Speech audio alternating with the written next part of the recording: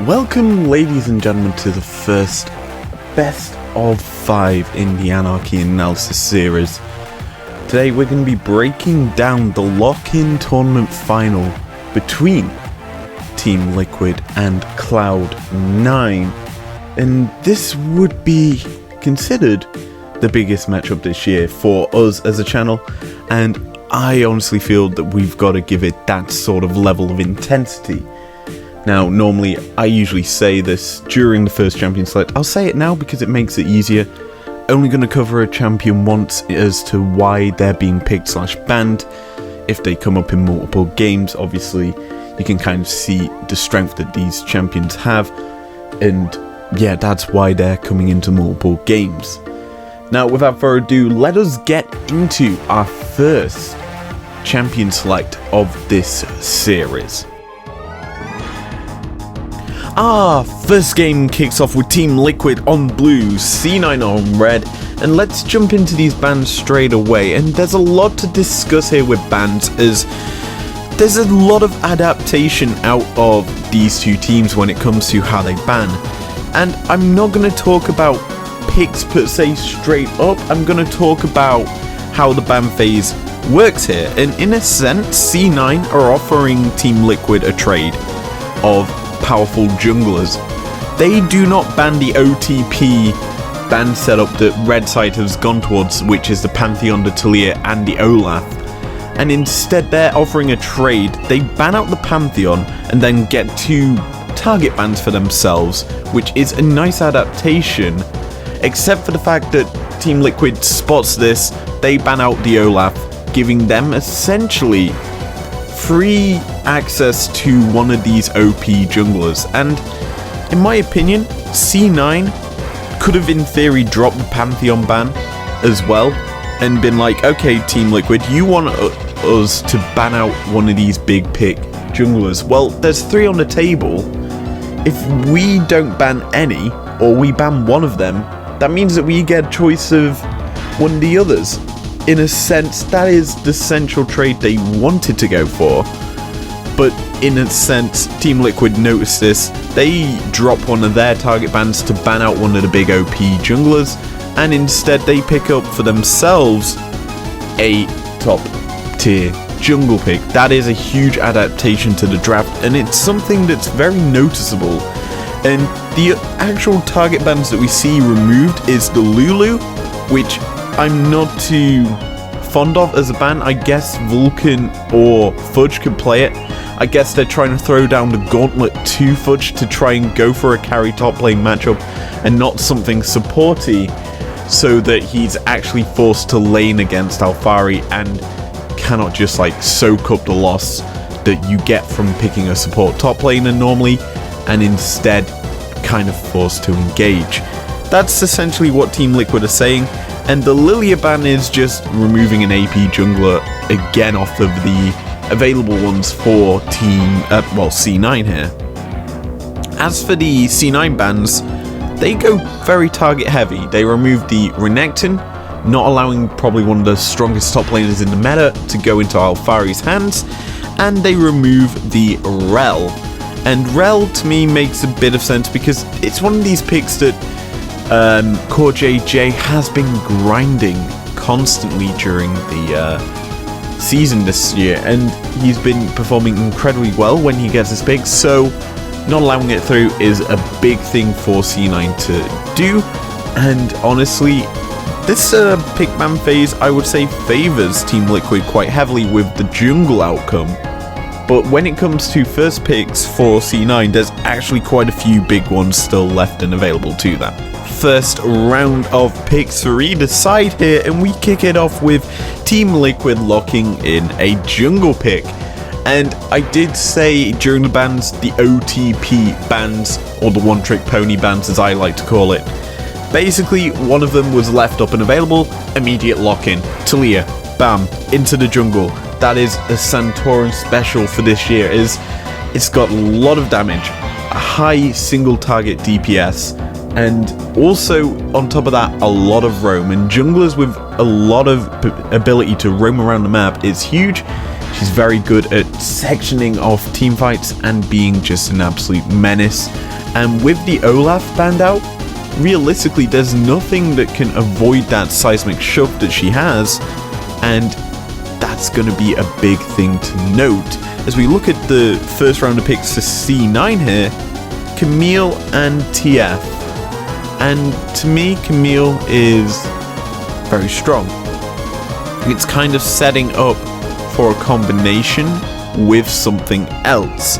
And normally with Talia you'd go for something like a Camille, but this is kind of like saying, hey Fudge, throw down the gauntlet into Alfari here and try and match him 1v1. And to me that makes a lot of sense, though I don't like Camille first pick. Realistically I would have preferred, say, a Kaiser first pick and then saved your top pick for last in this meta, because you know Alfari is always going to be in a winning matchup and you don't want to just concede lane incredibly hard with the Camille, because there's a lot of counter picks open.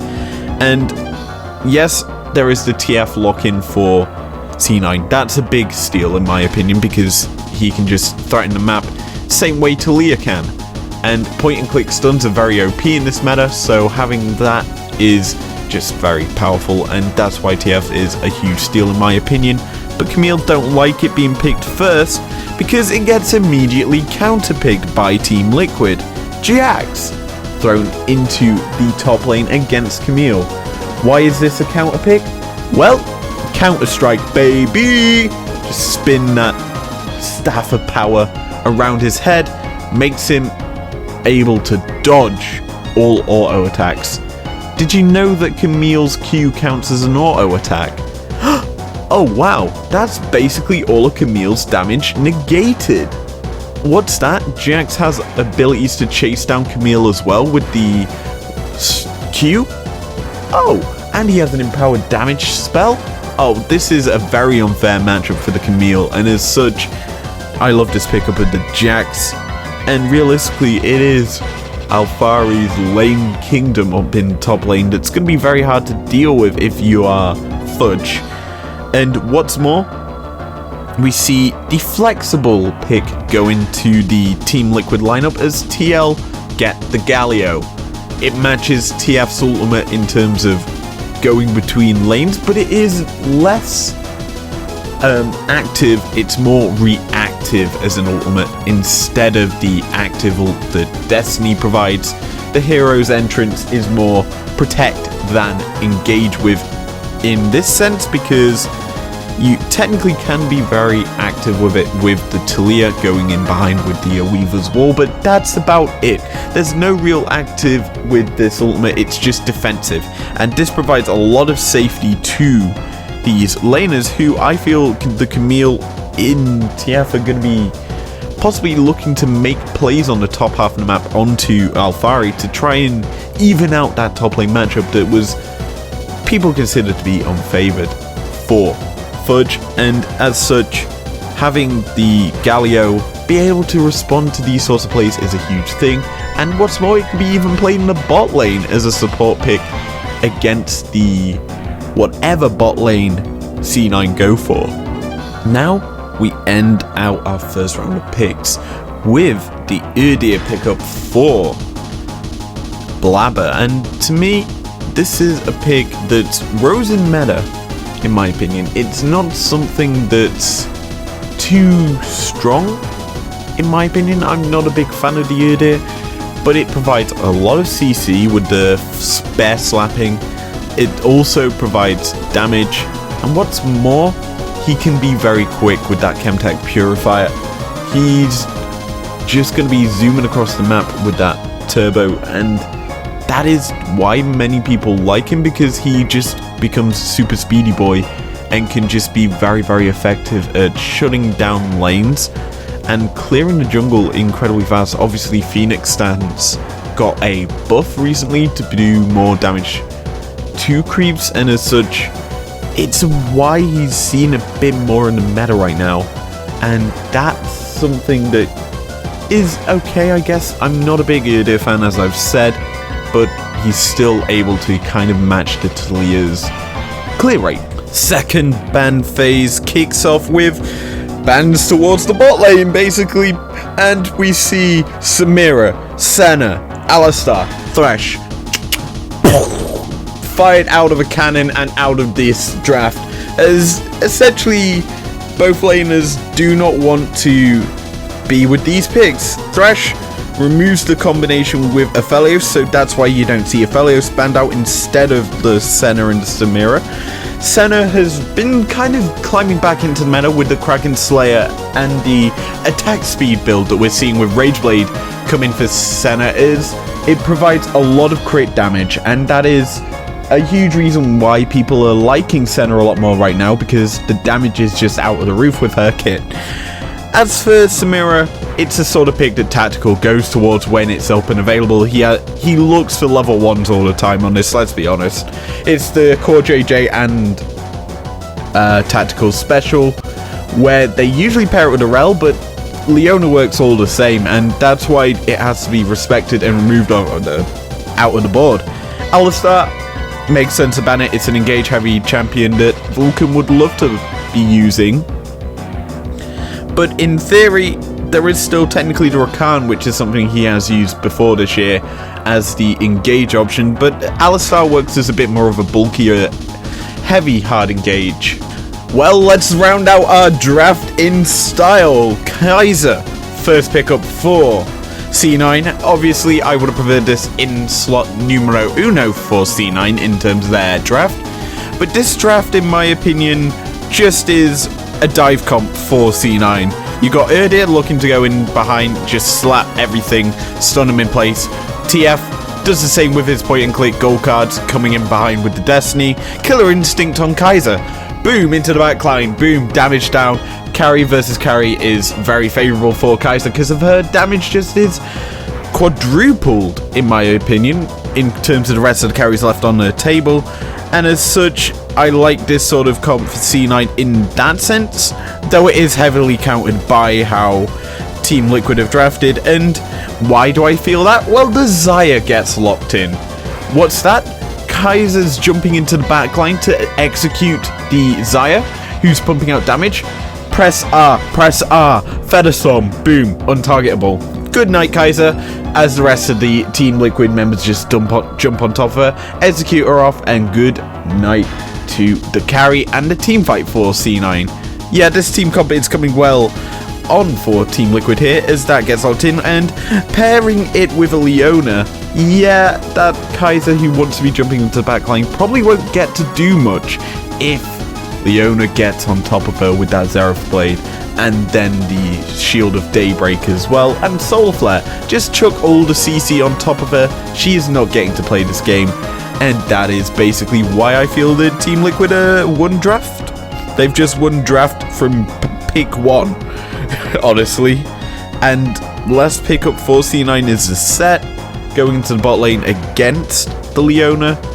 I mean, yes, you're technically throwing away one of the big carries when you, or the engage from Team Liquid if you get the Showstopper perfect, but you also have to realize Set support doesn't do too much damage, and in my opinion is a very weak support, with the fact that he's mainly now used to just peel, and he doesn't provide too much engage. You have to basically burn your flash every single time to do that, and with the amount of dodging and also essentially peel that Team Liquid have, Set just gets tore apart. And honestly, I would have preferred maybe a Rakan for the C9 lineup here, as it would have provided a bit more in terms of engage than the Set or even a Nautilus. Let's be honest, Nautilus would do a lot more than what a Set will here, and I just don't feel that it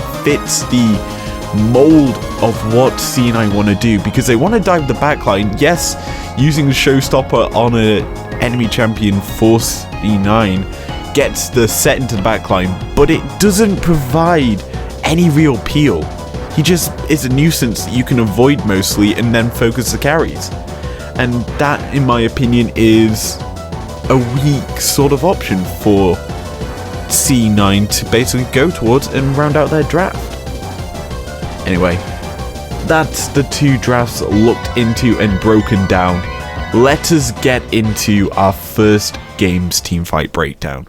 Game 1, we are keeping short and sweet, and we're looking at mainly how Team Liquid want to play against C9.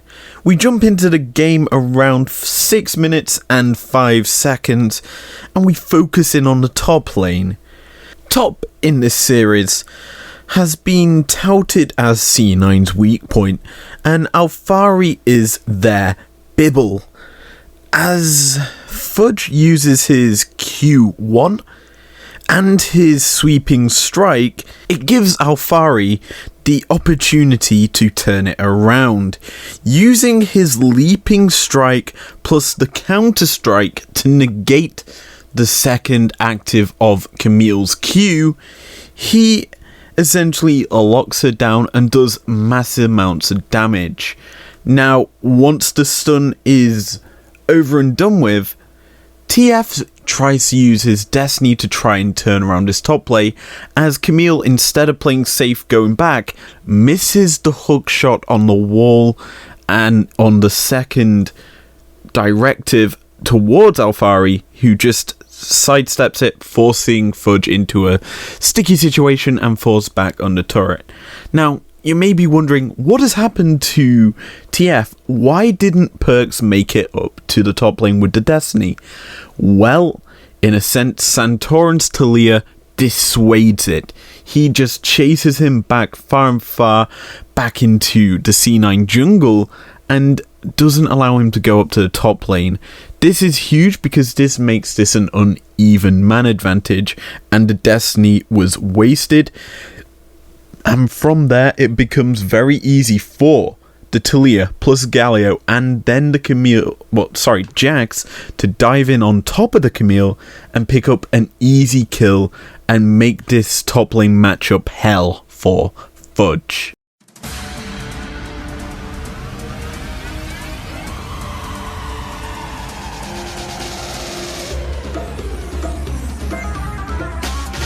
Game 2 is finally upon us, and the bans change up, and it's kind of the same sort of story as what it was in Game 1. C9 offering the trade of OP junglers to Team Liquid, and we see that effectively come through here. Renekton, Camille and Thresh banned out by C9. Team Liquid ban out Pantheon, Lulu and TF. Obviously, do not want TF coming through for the C9 roster yet again, because it was very powerful in the hands of Perks. And what's more, there's still the Talia and Olaf left open this game, as Team Liquid aren't banning it out. They're instead focusing yet again on banning out the Lulu. And to me, this is quite interesting because it's a pick that isn't too powerful in my opinion for any realistic player, but it's just a safe option in the top lane that can get a bit of safety and provide some usage for Fudge, who is being stomped in this top lane matchup. Now, the rest of the bans, Camille, I don't know why C9 are banning this themselves. It, in a sense, is just removing a pick that can be countered by a Jax very easily, and to me, it doesn't make sense to remove top laners in phase 1, because you know Team Liquid are gonna get counterpick for Alphari instead of anyone else. So why not just lock in a... Well, why don't you just save your bans till phase 2? That's my opinion. Now, going into the rest of the bans, Thresh removes the Aphelios option off the board. And that's it. Renekton, obviously, very powerful pick. Get him out of here. And yeah, I did just say top lane picks shouldn't realistically be banned in phase 1. The only one I'll make an exception to is Renekton, because he's broken.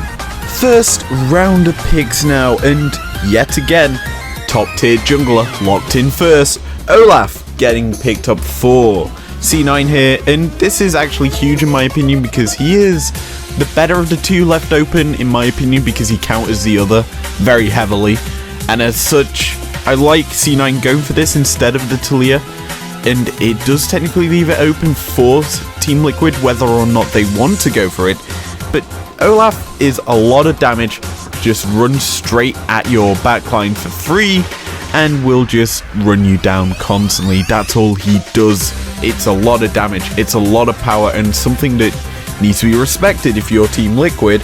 And as such, they go with their jungle pick here in the Udyr. Again, being picked up, I don't like it as much in this matchup because Olaf negates the bear slap kind of stun, and Udyr will just get out damaged very quickly as he isn't the bulkiest of members to be picked up in that jungle role. Next pickup for Team Liquid is the Kaiser though, and that makes a lot more sense as to why you go with the Udyr, because bear slaps apply plasma stacks, allows killer instinct to just go into the backline goes Kaiser, and boom boom boom, a lot of damage put down and a lot of easy work done there by the Team Liquid setup. So already I like how Team Liquid are working here, even if I'm not a fan of some of the picks. Last part of phase 1 for C9 sees them go for their bot lane duo, Senna and Tom Kench. Now these two, well, Senna was banned out in phase 2 last game, and Senna is very strong. Senna and Tom Kench is a fasting bot lane duo, and when I mean fasting, I mean Senna does not take any minion CS until very late into the game, and Tom Kench usually does the farming so that she can essentially get her support item up and online, and she does a lot more damage because of the soul rework. As season 10 began, she just gets a lot more souls from basically farming support item stacks. That's the reason why people like Senna a lot more now, and well, she's never realistically dropped out of the meta, especially paired with a Tom Kench who provides that safety and peel that's needed for a carry. That's something, in my opinion, that was lacking in the last game for C9, is peel options, and instead of the set, this is actually a huge pickup in my opinion for Cloud9, as it means that they can just keep their Senna safe. Lastly though, Team Liquid lock in the Azir. I like it. It just sweeps up anyone who's caught in that Emperor's Divide. Provides a lot of AP damage in attack speed form, so good to see him being picked up here. And he has been that kind of mid lane pick that we see every single season, but don't rate him too highly. There's only been one season when it was the Corki Azir mid lane meta, where everyone just picked these hyper-scaling mid lane picks that just do a lot of damage late game. That's kind of his deal, and why he's picked up here. Late game damage, baby. You look at the rest of the C9 lineup they've gone through, the only member that realistically is very bulky is that Tom Kench, and even then he'll probably build a few support items like Locket and other stuff that don't provide too many defensive stats, but he's still going to be shredded by the Sand Soldiers once they start firing in, and that's why we like seeing Jensen on this Azir pick. We enter the second ban phase here. Aurelia, Jace removed from C9, and Orianna and Syndra removed by Team Liquid. And what we see here is C9 going for the top lane, removing any big picks up there, and TL removing mid lane picks that have a lot of priority. And as a whole, these are very standard bans to me because you've got some big picks. Aurelia's the more, okay, that's a little bit of a stretch of a ban, I would say. Like, you could ban out something, say, like an Aatrox or a carry like that goes in the top lane, a bit more usable than what we see Aurelia. But as a whole, these bans are fairly standard, and yeah, they make sense in this aspect. C9 want to get Fudge in a decent matchup, and TL just want to have pressure in the mid lane. They've already gotten for themselves the Azir, so you might as well lower the picks that we can see C9 and Perks play in this game. we enter the final picks for game number 2, and we immediately see TL locking in their top laner. They're like, okay, well, we'll throw the challenge down to you. Fudge isn't performing as well, so Alfari can just pick Na, which is a very easy punishable champion. You go for anything that's got a lot of damage when it's in its mini form, and you basically win the fight.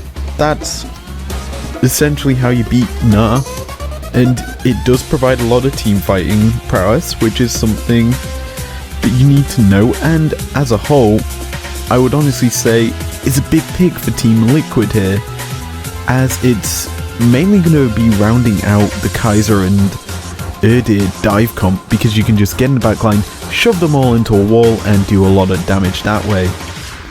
And the response though from C9 is Karma. It's a meh pick in my opinion. It's safe. That's the one thing that C9 want, is a safe pick for the top side, so that Fudge doesn't get punished incredibly hard. And in theory, all he needs to do in team fights, Fudge, is just use his Moonstone Renewer and heal up the team, as well as provide shielding and a little bit of damage. That's about it. That's all he needs to do going up against Alfari, is just survive the laning phase. And Karma can do that quite well against Na, up until the point where he starts being an absolute menace when he's throwing out them boomerangs. And pairing up alongside that Karma is LeBlanc for perks. One of his major picks, I would say. He goes for this when he needs to, and as a whole it does a lot of damage. He can dive into the backline quite easily. He's probably going to be looking for the Kaiser in the fights and going to try and burst her out before she can burst anyone on his team out, and as such I like this pick for C9. It provides the only source of AP bar the Karma on the side of C9, and it also provides a lot of harassment. Last pick in this game is the Blitz. I'm just going to say Blitzcrank Baby is very, very strong, except for the fact that he gets punished quite easily because he has low mobility once he uses that W, and then he just becomes really slow. The Q from him pulls in targets. You've got to look at this C9 squad. Look at the targets he's going to be looking for. Senna and LeBlanc are the two main targets he's going to be looking to hook up and hook into some death. And yeah, the Tom Kench also is a good target because that removes someone who can, I don't know, peel for C9, and essentially I like this pick because it's a very punishing pick against C9 because they're going to be struggling to deal with it. And when you look at the Senna, she provides shielding and heals, same with the Karma. Them the shields especially get punished by Blitz because he just pops that ultimate, boom, bye bye Mr. Shield. What's that? You have a raging Olaf running at you that's now shielded up and sped up. Press your ult key, bye bye shields. Yeah, that's the essential Olaf killer here, picked up for Team Liquid, and I love this a lot. It kind of ruins how C9 want to play, and realistically it could be a very impactful pick. Now, last game we discussed how TL wanted to play for Alfari in the top lane, and this game we're gonna explain why they do this, as essentially this play is kicked off with LeBlanc baited and obliterated by TL, who hook her in and then just use a mass amount of CC and damage to kill her off. And from there they turn towards the Baron. This forces C9 to come and try and respond, and as this happens, it's time for Alfari to shine in this game. He wraps around behind all of the remaining C9 members to begin his harassment using his boomerangs to start building up his Nabar. As this is happening, Olaf gets hooked, forcing C9 to fight. And then it's just Na at the side throwing his autos and boomerangs at the bot lane of C9. Once the Nabar is fully charged, it allows him to stretch both Oxters, and Na into the wall, 3 members of C9 giving over an extra 2 kills, essentially of his 2 batteries that he used to charge his Narbar. And with that teamfight win for Team Liquid and Alfari popping off in this game, it gives Team Liquid the Baron and the win in game number 2.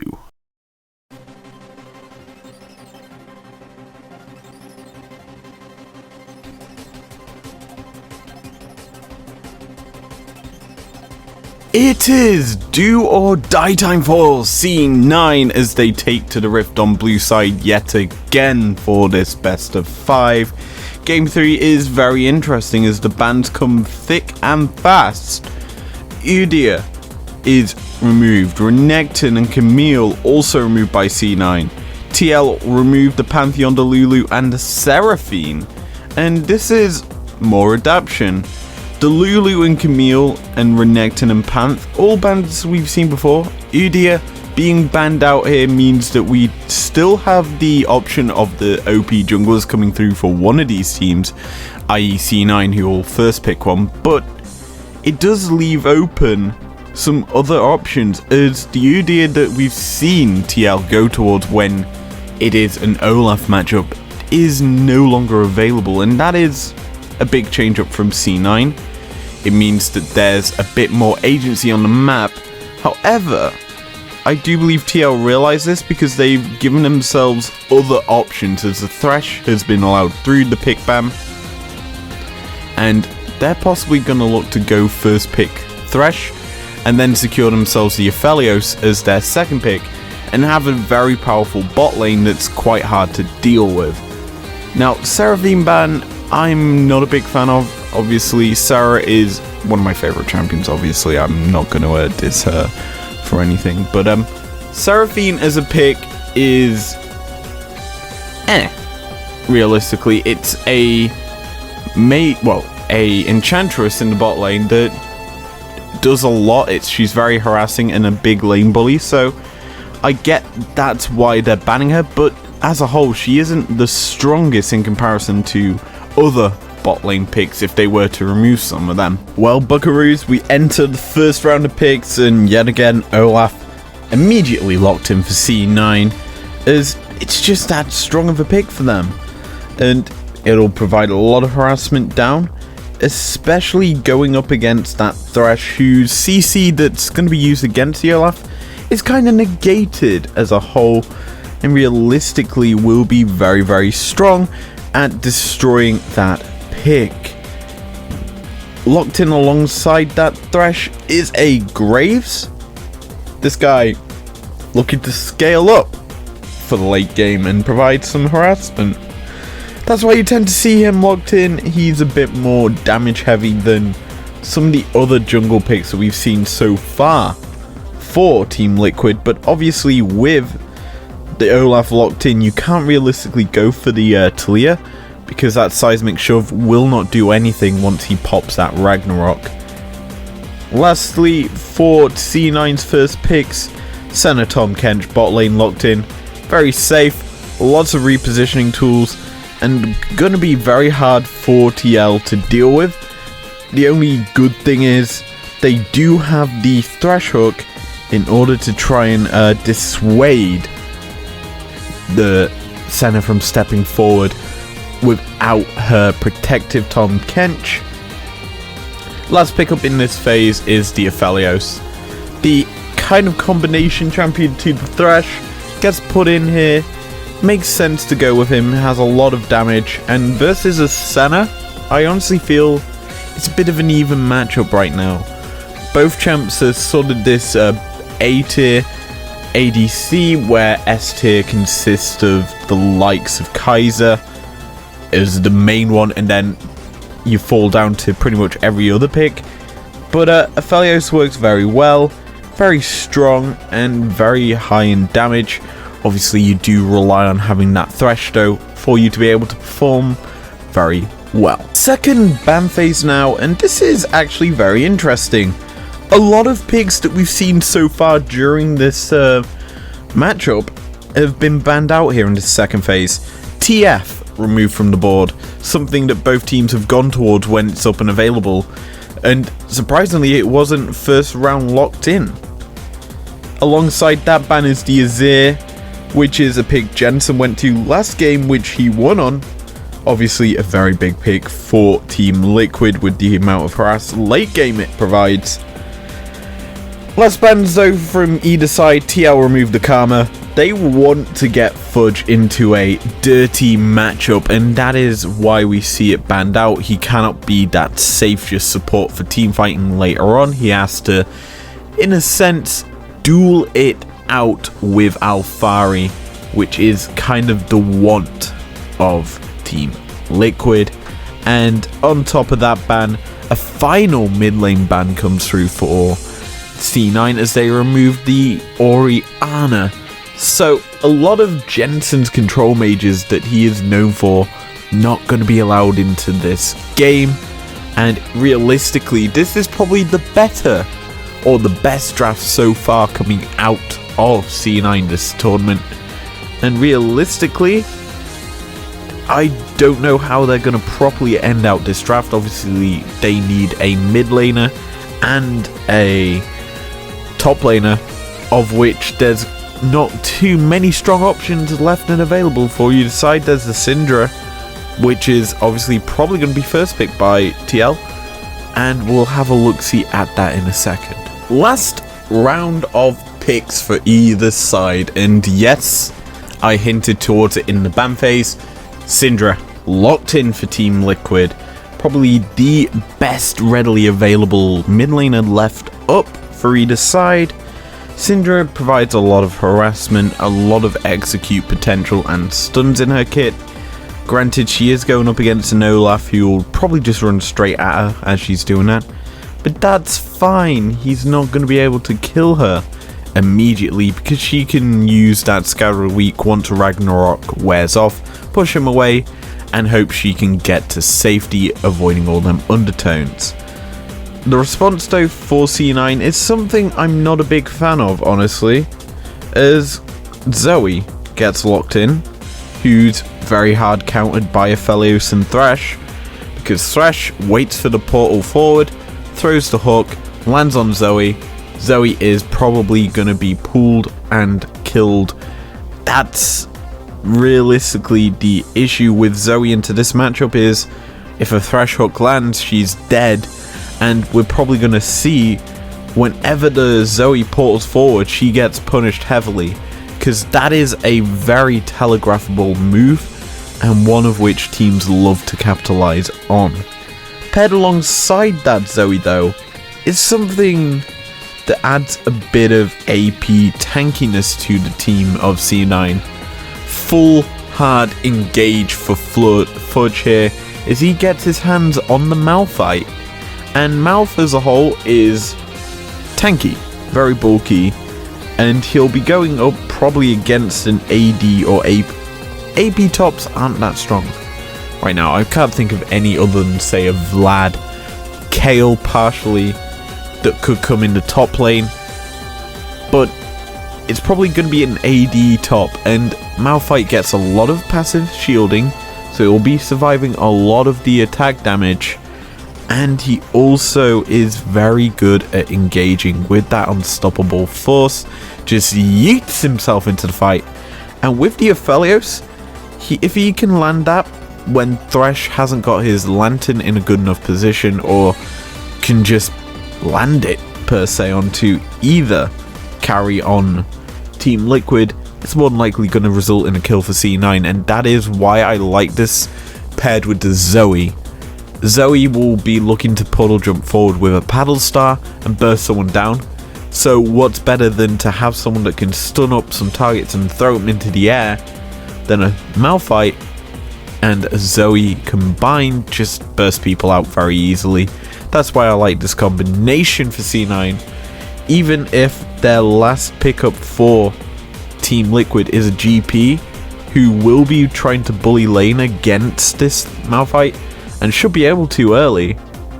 And I honestly feel that it is Alphari gonna try and carry up against Fudge here and just keep him in a position where his ult doesn't do any damage and doesn't do too much harassing, because obviously, essentially, Malphite is just an ult bot. That's all he's in this game for, and realistically, TL know that, so putting Alfari on a strong pick that can just be hard scaling, win the split push in late game, and just win the game that way. Now, the series starts to heat up, and it isn't as dull and as boring as the little village named Wilby in England. This in Game 3 is where C9 makes their stand, and it happens via a massive wombo combo kicked off by their superstar mid laner Perks, landing the Sleepy Trouble bubble onto Tactical, forcing a defensive position out of Core JJ to try and protect his ADC, dropping the box, using the hook. But this is where C9 play very smart. Blabber, playing Olaf, tanks the hook, using Ragnarok to just negate its effectiveness, and then over the top comes the ult bot.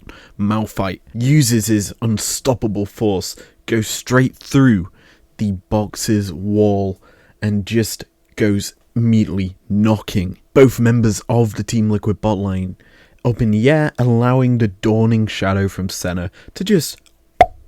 There goes the entire health bar of Team Liquid's bot lane, and as that happens, we see Santorin trying to make a play onto Sven, but he puts himself in a dangerous position, and who better than Perks to clean up the fight, kill off the jungler of Team Liquid, and head straight to the Baron to pick that one up for C9 and give themselves a fighting chance in this series, picking up game number 3.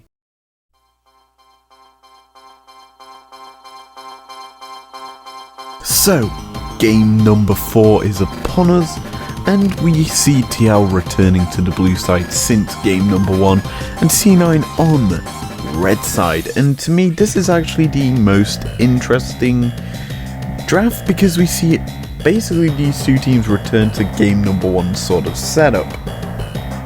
TL retained the Lulu and Olaf bans that they put in game number 1, whereas C9 banned the Panth and Renekton yet again.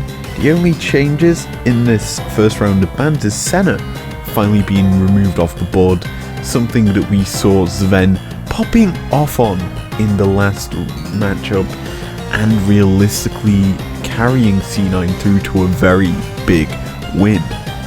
Now, C9's change up in bans is they remove from the board the Camille, and that's again something that I'm not a big fan of being banned out. They did it in their last 2 matches against Team Liquid, and it isn't the strongest of bans in my opinion, and I don't like it per se. Same with Lulu, don't like that ban, but hey, it's kind of forcing Fudge onto a carry.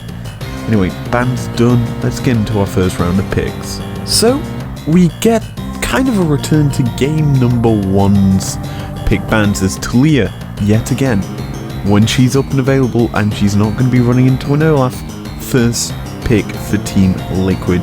Basically the same as what they did in game number 1.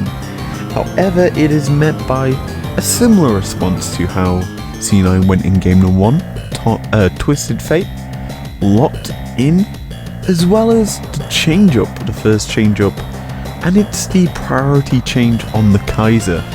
She's gone from the 4th pick to the 1st pick for C9, and I like this change up. It gives them a bit more flexibility in terms of top lane matchups, and gives Fudge a possibility to actually out damage and outperform Alfari in this game, as he's not being forced onto a Camille, which would have immediately been counterpicked by that Jax.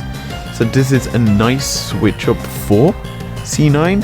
However, Team Liquid matched them in the switch up, Rel and Samira. This is their very infamous bot lane for Team Liquid, as Tactical and Core JJ love looking for level 1 plays. They did it in their first game of getting this combination, immediately getting first blood, and when you have these two getting first blood together, it's very hard to kind of unsettle this bot lane.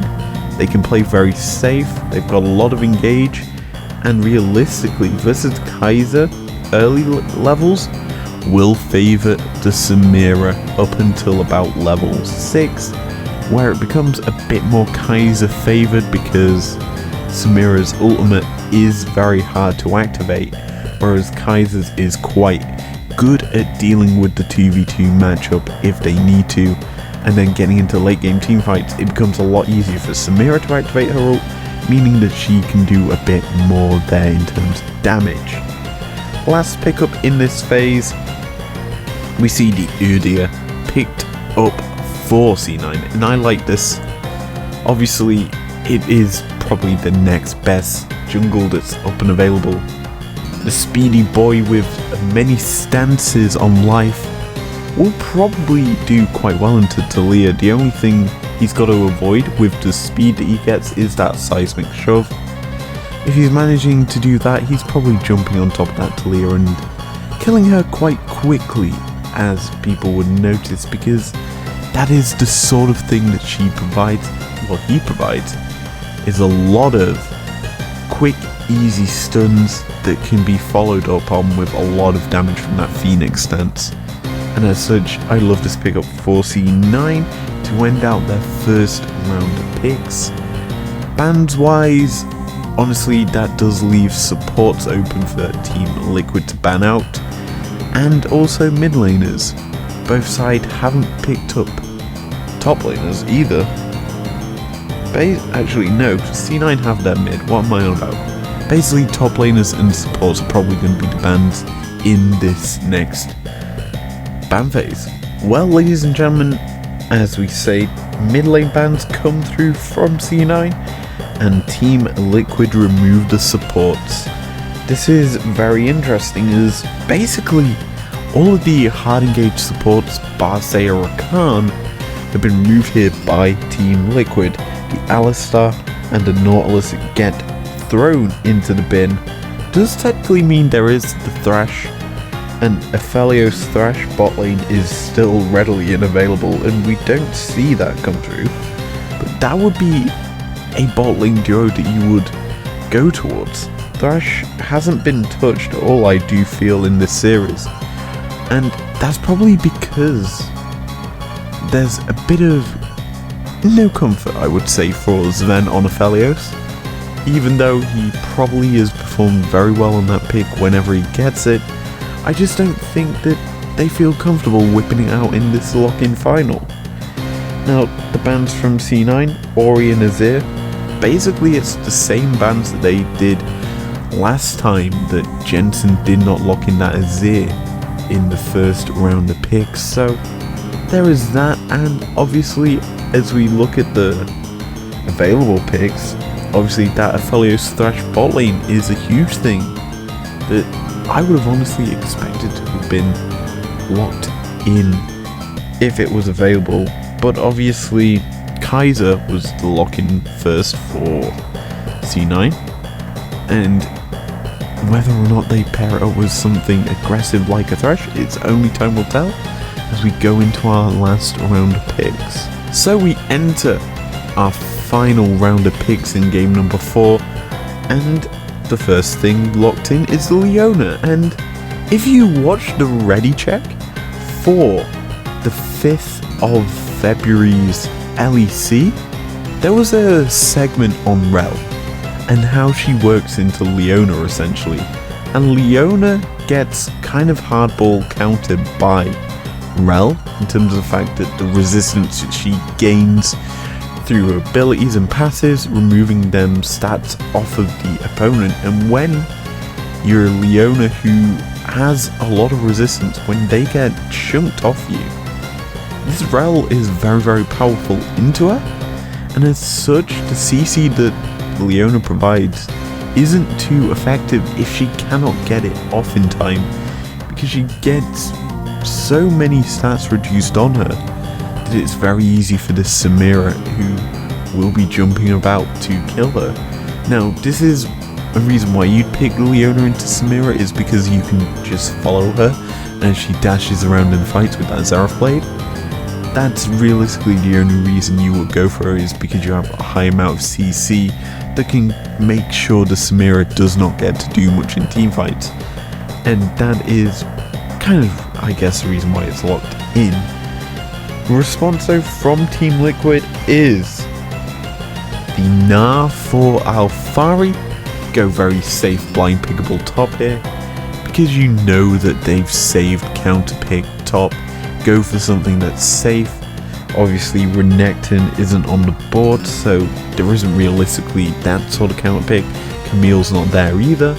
Gnar is probably the next best thing that's available, and to me makes a lot of sense for Alphari to go for this, as you provide a lot of team fighting success. As you look at the last game that he got the Gnar, he performed extremely well on it. Once more, you pair it up with a Syndra. That's a lot of CC on this Team Liquid lineup. You've got Scour of the Week, you've got Gnarl, you've got the Gnar Wallop, the W, you have the Rel, all her abilities, the Attract and Repel, E, her Knock Up with the W, and yeah, that is just a very powerful team coming in for TL. That's just going to be very team fight heavy. And last pick in this game is C9 locking in for Fudge and Aurelia. He's getting himself a carry in the top lane that's going to be doing a lot of work. He's going to be looking to burst down basically the entirety of Team Liquid. If he gets on top of the Syndra or Samira, they're pretty much dead once he gets there, and I like this pickup a lot because it challenges Alphari head first, and that's something that we haven't properly seen, I don't think, in this lock-in tournament as a whole. And realistically, when this game comes ahead, we'll see whether or not this Aurelia can pop off or not. After game 2, I feel Fudge has taken a zerts of power juice, as at 10 minutes, it is time for him to shine. TPing in on a ward as C9 turn on the collapse on their turret dive. A lot of C9's engage goes awry, and it's time for the top laner to show why he's in the C9 roster. He immediately flashes the wall by blue buff to close the distance on the C9 TL carry, He then uses the Vanguard's edge and it hits 3 members, marking the Talia and the Syndra as well as the Rel, allowing him to Blade Surge off the Rel to close the distance on the last 2 big carries on the Team Liquid side, and he immediately bops to Talia. She gets killed, and with his Q to execute her off, he's able to get the reset, chase down the Syndra, who makes it to a tier 1 turret in mid, and gets the double kill, giving a 3-0 fight to C9, and on top of that, a lot of map pressure, which leads to C9 picking up game 4, taking us through to Silverstruck Grapes, and our game 5 in this best of 5.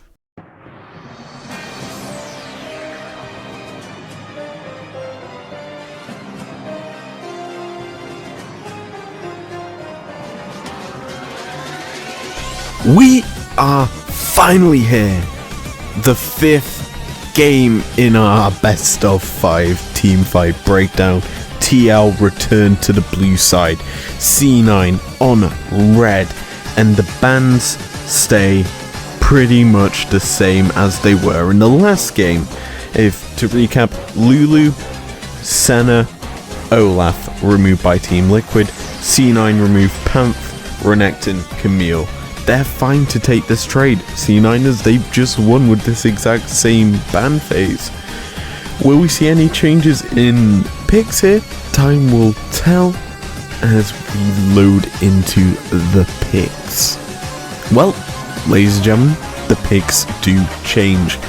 It is not first pick Talia here for Team Liquid. They instead go for that Udyr, who's been highly contended in this best of 5. It's been very powerful. The speedy, slappy bear just does a lot of work, and these two teams have been using it to great success. And interestingly enough, C9 lock into TF and Kaiser yet again. They locked this in last game. In this, well, not in the exact same order. Kaiser came before TF, but it doesn't matter. They get locked in together.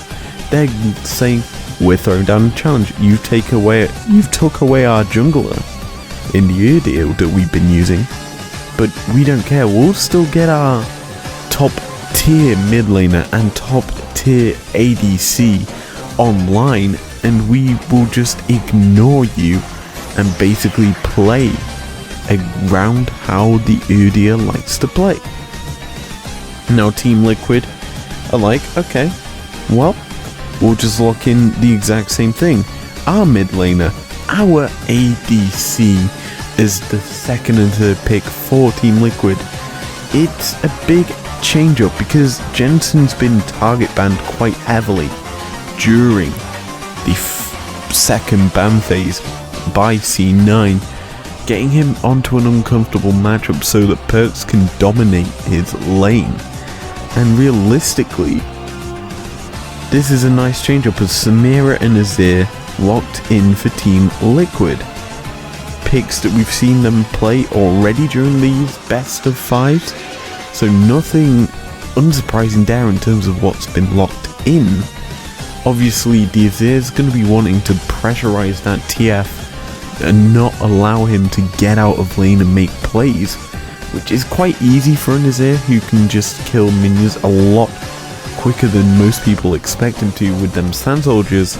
So it should be Azir trying to apply pressure onto TF, not allow him out, and keep him under his turret. Last pickup of this first phase is the Talia. It gets locked in against the Udyr, and it's a fine pick, top tier jungle. It is, however, an AP jungler and AP mid, so the realistical dive that C9 has is a bit more iffy, as they can't realistically look to make plays together because it's the same damage source, and they'll be basically negated if they go into someone who has tank stats, shall we say. So, second ban phase right now. Rel removed off the board. Obviously don't want that Samira-Rel combination that Team Liquid love. Get it out of here. It's not coming in. We also see the Gragas removed by C9 as well. That's kind of an okay ban, I guess. You obviously see it go into Renekton, but it is also a strong support pick that I think Core JJ's whipped out in this locking tournament. I'm unsure of it. Obviously, I am recording this way after the tournament happened. In fact, I've literally got the actual LCS on right now. For bans on Team Liquid side, Alistar and Jace. I mean, you remove a carry top, that's strong. You also remove an engage heavy support, that also is strong. So, a lot of bans towards engage realistically here in this second ban phase, and it does leave some big picks still left and available for either team to go towards. So, it's final time for the last picks in this series. We've got 4 to talk about, and Leona is one of them, returning for C9, and I like this a bit more than I liked it in the last game. Obviously, this Samira will be looking to dodge around, so Leona's going to be looking to get on top of her quite a lot in this game, and especially now that there is no Rel, no Alistar as well, it's going to be an easier time for this Leona to do her job. And realistically, there isn't too much answer for this Team Liquid lineup as to what supports they go. That being said, they lock in for themselves the Nautilus, which I guess is a good answer. You can technically buffer the Seraph Blades with your Dredge line, throw that out, stop him from coming near you, and then you've got a very easy engage onto whoever you choose, and that is why Nautilus is very powerful.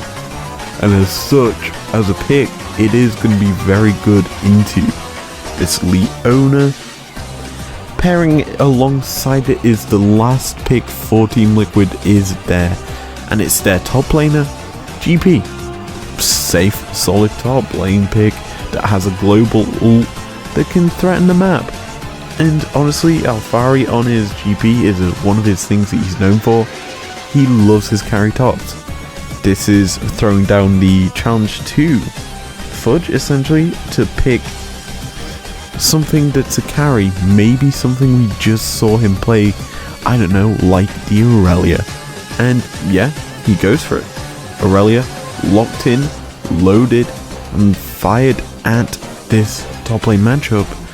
And to me, it is going to be an interesting one because Aurelia should, in my opinion, win that one, as you will have basically the power to just out damage the GP in quicker bursts, whereas the GP is going to be looking to fire in them pistol shots into barrels and chunk you more heavily in slower iterations of damage.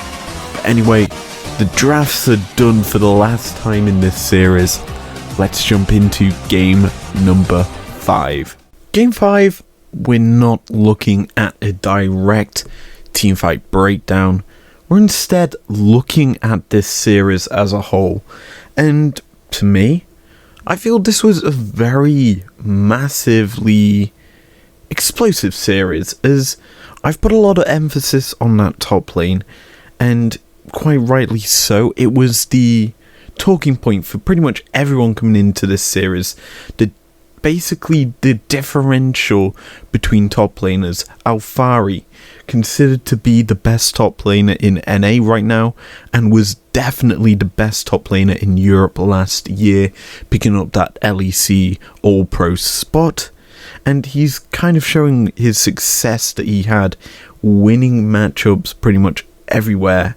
And up until game 3, where C9 had nothing left to lose, he was decimating Fudge, and it was not a close matchup, to say the least. It wasn't until C9 said, screw it, let's try and give Fudge a bit of a chance against Alphari. They played a lot more aggressive.